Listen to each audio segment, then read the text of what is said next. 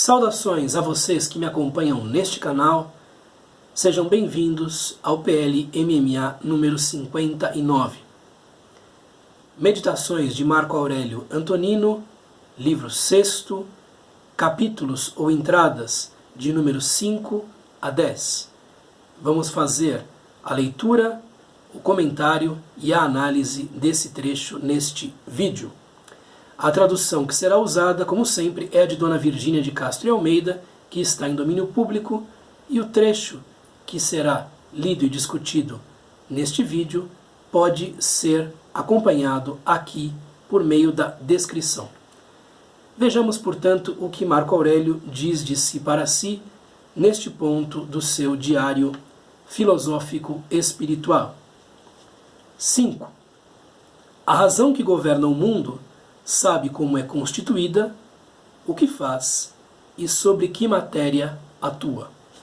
Apenas isso. Brevíssima meditação, uma sentença de Marco Aurélio.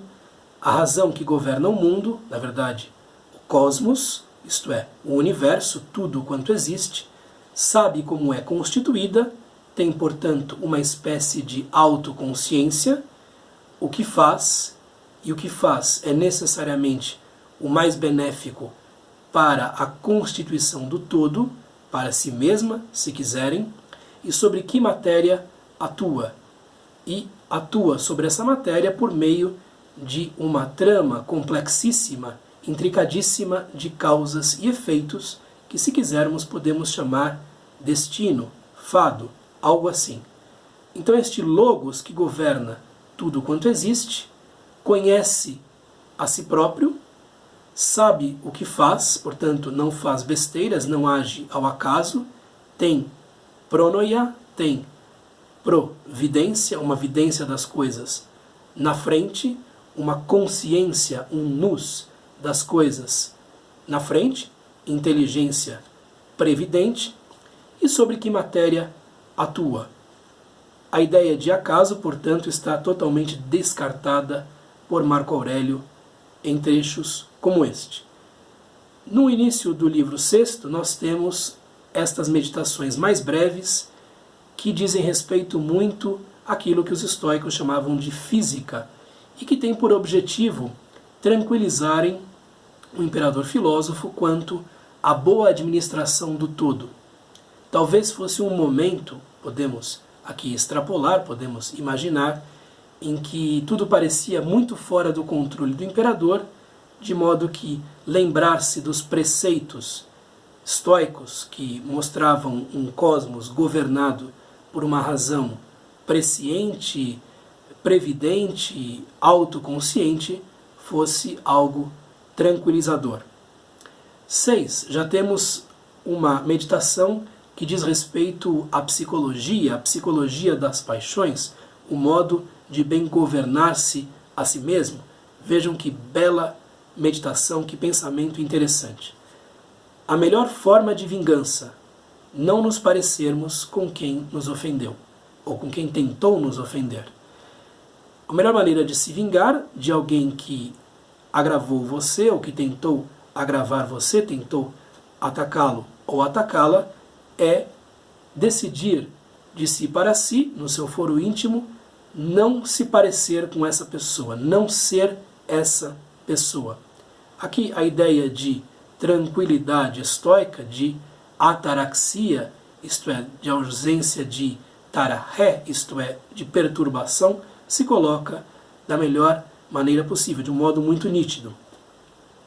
Então, por que é que nós não devemos retribuir o agravo que recebemos, a ofensa que recebemos?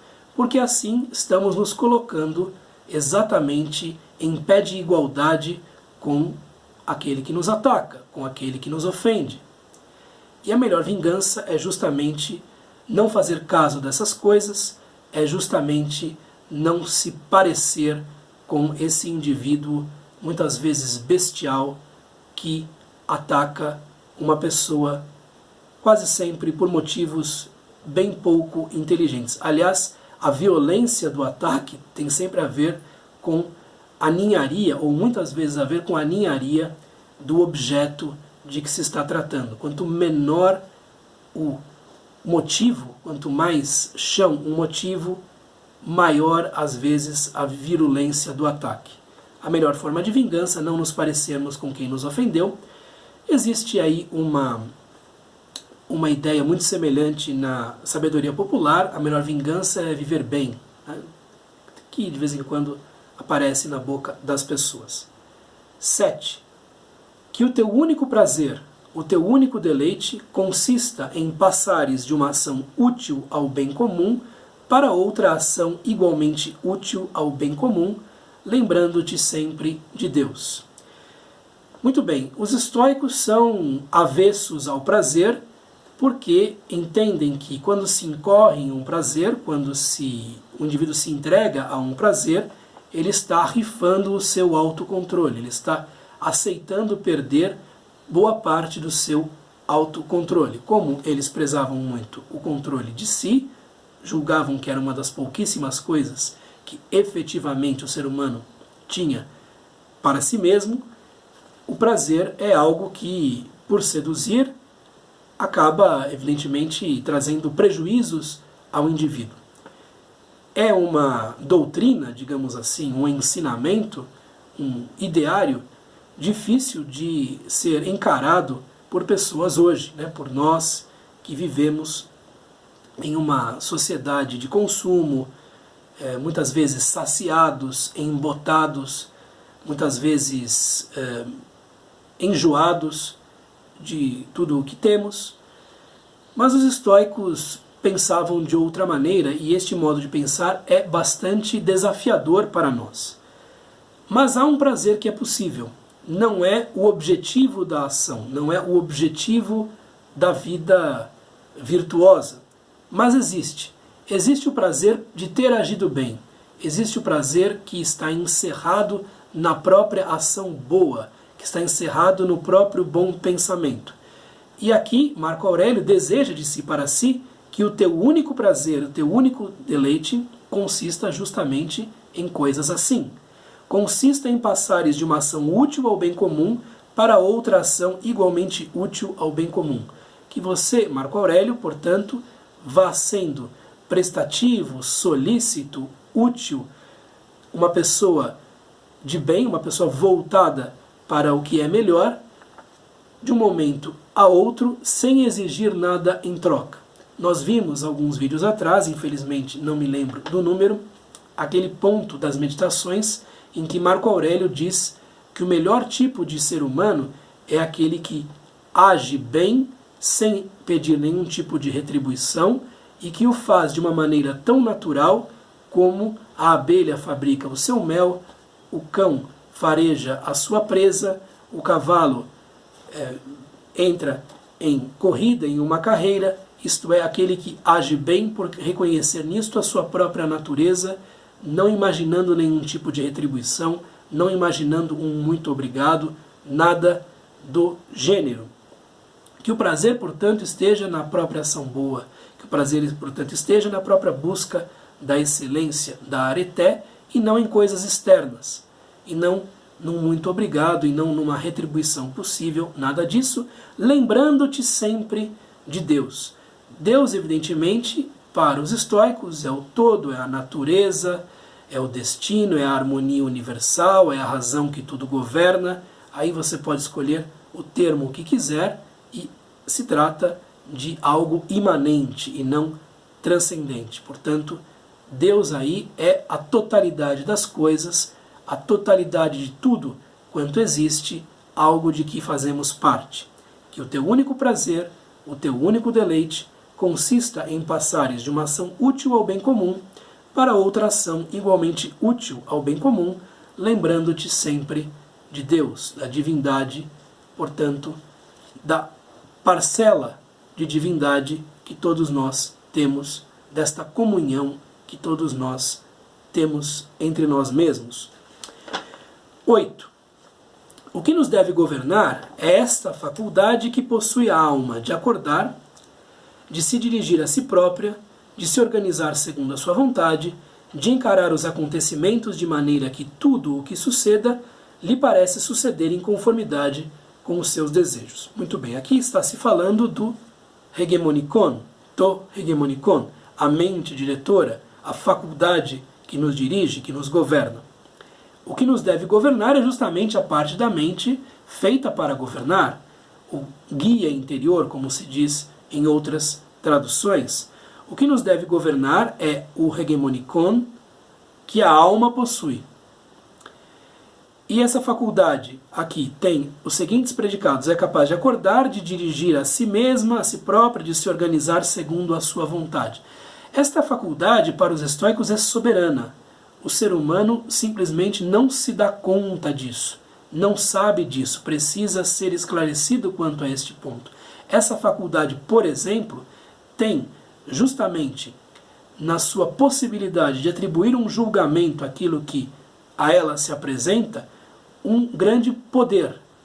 E neste poder está justamente a possibilidade de incidir, né, a tal da dicotomia do controle, de aparecer a tal da dicotomia do controle e separar as coisas entre os bens interiores e os exteriores indiferentes.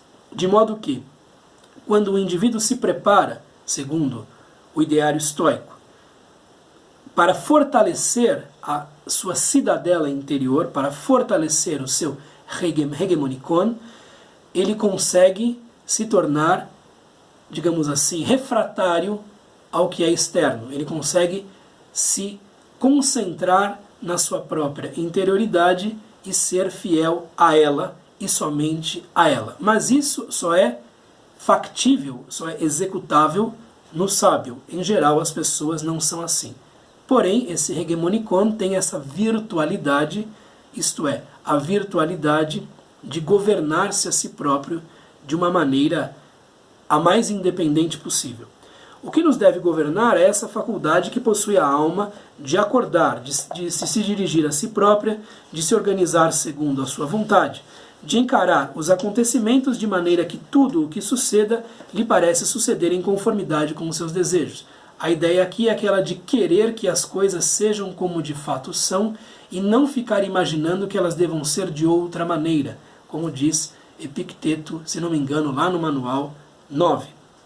Vou ler aqui a tradução de Seabra para a entrada de número 8. O guia interior é aquele que a si mesmo desperta e transforma, e se faz a si mesmo como quiser. Veja, o hegemonikon tem esse poder de se moldar a si próprio, de se modelar a si mesmo.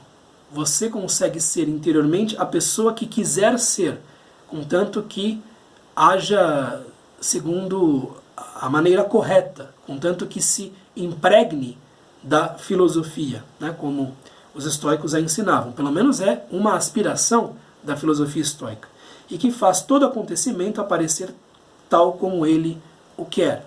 Esses acontecimentos passam a ser domináveis, por assim dizer, pela faculdade interior, né, pelo hegemonikon, porque justamente o indivíduo terá à sua disposição um critério de divisão entre coisas que são boas ou más e que dizem respeito à interioridade e coisas que são indiferentes e que dizem respeito, portanto, à exterioridade e que dizem respeito, portanto, a um campo material sobre o qual o indivíduo pode trabalhar, havendo a possibilidade de fazê-lo.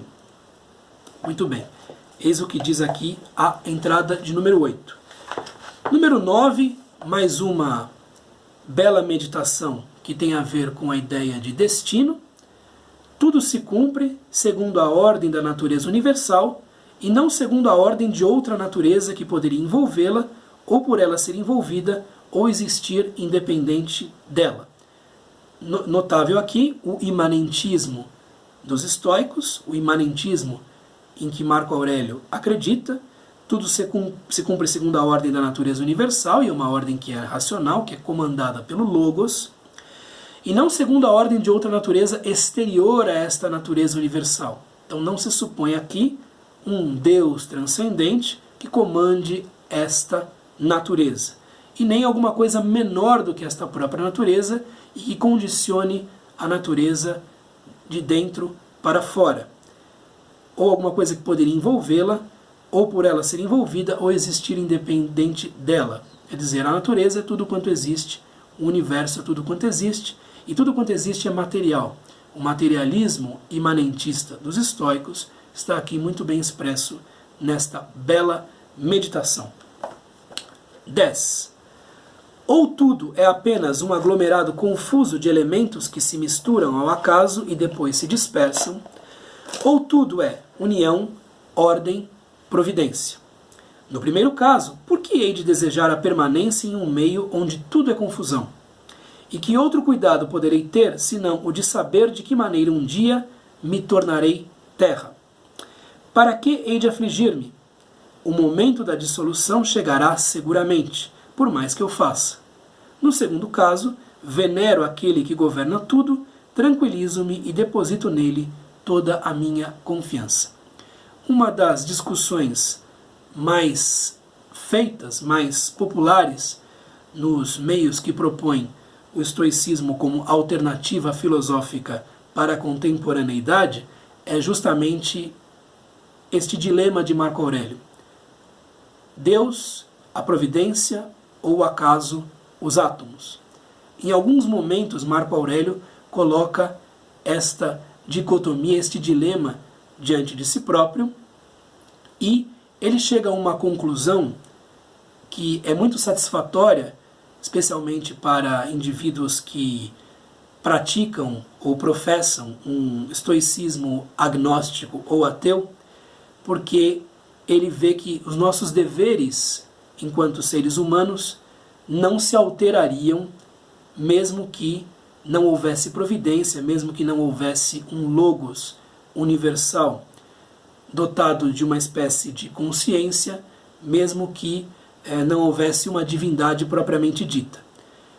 Nossos deveres seriam os mesmos, estaríamos todos obrigados a praticar a virtude, nossa vida não se alteraria nesta possibilidade.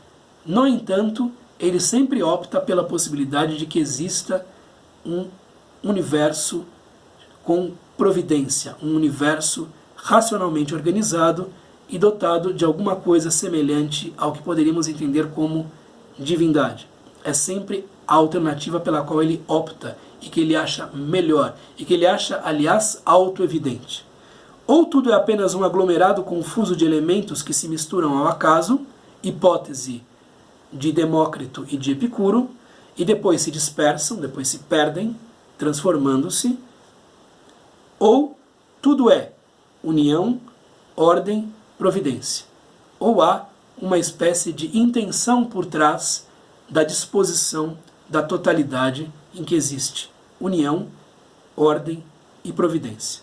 No primeiro caso, no caso de estarmos lidando com um aglomerado de partículas de matéria jogadas ao acaso. No primeiro caso, por que hei de desejar a permanência em um meio onde tudo é confusão? Por que hei de desejar que minha vida permaneça aí? Este é um dos pontos em que ele manifesta maior pessimismo e maior ceticismo com relação à primeira opção. Por que permanecer num lugar em que tudo é caos, tudo é confusão? E que outro cuidado poderei ter, senão o de saber de que maneira um dia me tornarei terra? Porque então eu não estaria voltado à mortalidade. Esse me tornarei terra é uma citação, muito provavelmente, de Homero. E que outro cuidado poderei ter, senão de saber de que maneira um dia me tornarei terra? Quer dizer, por que eu desejaria viver por tanto tempo em um lugar em que tudo é confusão, em que não há sentido, que não há propósito? Para que hei de afligir-me? Por que eu me afligiria? Vou morrer mesmo? É inescapável tudo isto? O momento da dissolução chegará, seguramente, por mais que eu faça. Virá o momento da dissolução, essa dissolução não tem sentido, ela não tem ordem, união, nem providência. Por que me afligir neste caso? Por que não a tranquilidade? No segundo caso, no caso de que estejamos tratando de um universo com propósito, de um universo em que haja união, ordem, providência. No segundo caso, venero aquele que governa tudo, portanto, venero essa divindade que é a razão universal, que é o destino, que é o cosmos, que é tudo quanto existe, tranquilizo-me, porque estou em boas mãos, e deposito nele toda a minha confiança. Dá-se mais ou menos o mesmo nos dois casos, porém a vida, no segundo caso, ganha muito mais propósito, ganha uma espessura, por assim dizer, maior, e Marco Aurélio faz essa aposta de si para si, de que haja uma providência, que haja uma divindade, que o cosmos seja, de alguma maneira, autociente, consciente de si próprio. Muito bem. Eis o que eu tinha a lhes dizer a respeito deste ponto das meditações de Marco Aurélio, e nós continuamos nossa leitura do livro sexto no próximo vídeo. Um abraço, até mais. Tchau!